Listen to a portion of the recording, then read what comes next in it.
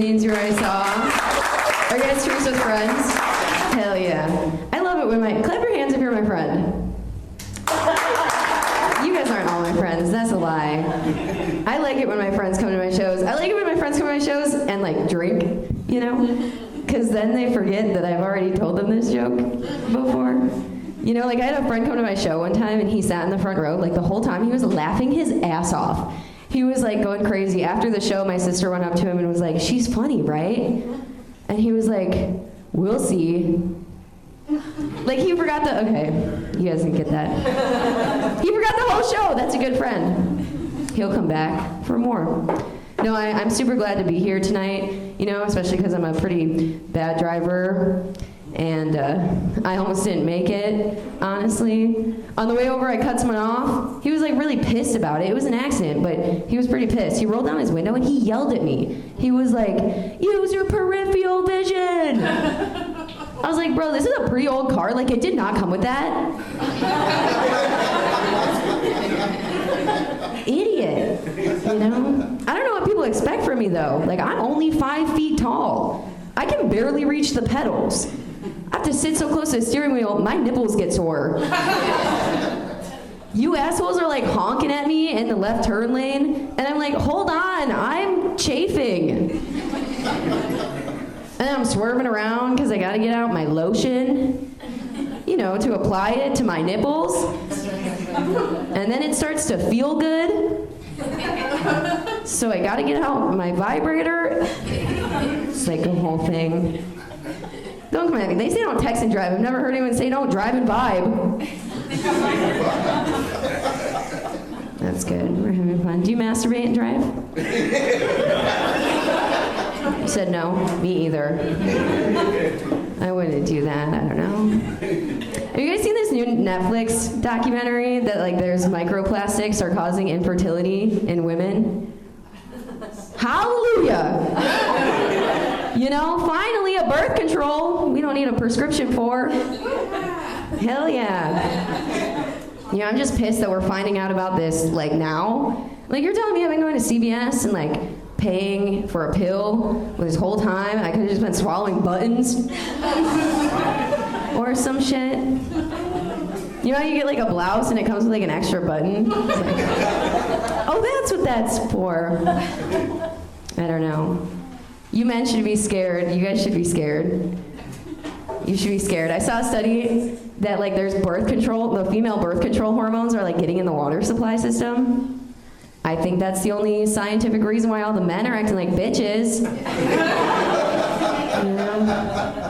I didn't mean to make eye contact. I was not targeted at you guys. Definitely not bitches in the front row. Are you guys having fun? Are you guys here to see someone specifically? Came to see you. Oh, hell yeah. These are my friends right now. Thank you. That's great. That's great. You threw me off. I don't know. I'm like, oh, you do that. Okay. Well, yeah. I don't know. What else do you guys want to know? I'm a little bit of like an immature person, if you can't tell, a little immature. But as I'm getting older, like I'm trying to build better habits. I think it's going well for me. Like, for example, my weekend routine no longer consists of me dry swallowing Plan B. I'm just using water now. Yeah, I said that joke in front of my dad, and he was like, "You can get Plan B in Texas?" And I was like, "I don't know, Dad, it's just a joke. Never actually taken a Plan B in Texas." But like back in Michigan, I walk in the local CVS, and they'd just be like, "The usual?" And it's just like a Plan B and a Pedialyte. Can I get dark with you guys? Are you guys like a dark crowd? Yes. Feel it? Hell yeah, okay. If the rest of you guys don't like it, they signed you up for it. They consented for the group. Okay. No, I am trying to build better habits. I actually kind of gave up alcohol for a little bit this year. I was sober for a little bit. That's usually where people clap. Yeah! I learned about a lot about being sober when I was sober. I learned that being sober is a scam. It's a scam. Don't do it. I didn't think that like I had a problem with alcohol like until I moved to Texas. Because I'm from the Midwest, and in the Midwest we pregame everything. Like if you're going to the grocery store, 2 shots. You're going to the movie theaters, 2 shots. You're going to a funeral, 3 shots. That's how Grandma would have wanted it, But I thought it would be a good idea, to give up alcohol because I kept forgetting shit. Turns out I am just forgetful. Since I've been sober, I lost my keys. I washed my wallet. The other day, I forgot to pick my kids up from soccer practice. I got all the way to the park before I remembered I had the abortion. You said yes. That's just a joke. I've never had an abortion. But if I had to get one, I would probably pregame it. 3 shots, Tell the baby would have wanted it. No, I'm not. I told you I'm immature. I'm not mature enough to have like a child, Like the closest thing I have to a child right now is my robo vacuum. And whenever it gets into something that it shouldn't, my first instinct is just like beat the shit out of it. So I've gone through 3.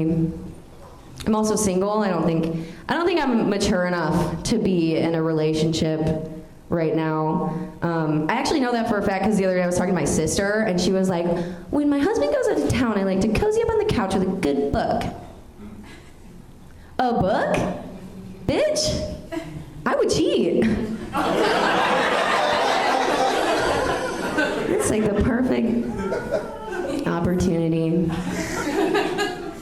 I don't know. Dating is weird though. Like dating these days I think is like weird because people don't tell you what's wrong with them up front. They just let you wait 3 to 6 months to figure it out for yourself. Which is why my approach is like on a first date, I will be open. Like I will be exactly how I am with you guys. I'll tell you what's wrong with me and let you kind of decide from there. But I will just say it with a cheery attitude, like I'm one of those drug prescription commercials. Like dating me may include headaches, fatigues, upset stomach. Does not mix well with alcohol. May cause sudden or rapid loss of money. Ask your doctor today about dating me. Sponsored by Johnson & Johnson. My 2 sugar daddies. I don't know. It is weird. When I do date, I do tend to date older men. I think they come with amenities. Like usually I find they're more like emotionally mature, like they won't play as many games with you, except like bingo on Tuesday nights. And some of them have vasectomies. You can clap for a vasectomy. Hell yeah. Some of them have vasectomies. I think vasectomies are great, but I didn't really know like how they worked when I first hooked up with a guy who had a vasectomy, So I was confused, because when I hooked up with him and he came, I was like, ew. What the fuck is that? I thought you said you had a vasectomy. And then that's when he told me, he was like, no, Kaitlyn, when you have a vasectomy, you still have semen, it just doesn't have sperm in it. What? That got me fucked up. Because I was like, why would you call it shooting blanks if something still comes out? That's like some Alec Baldwin type dick.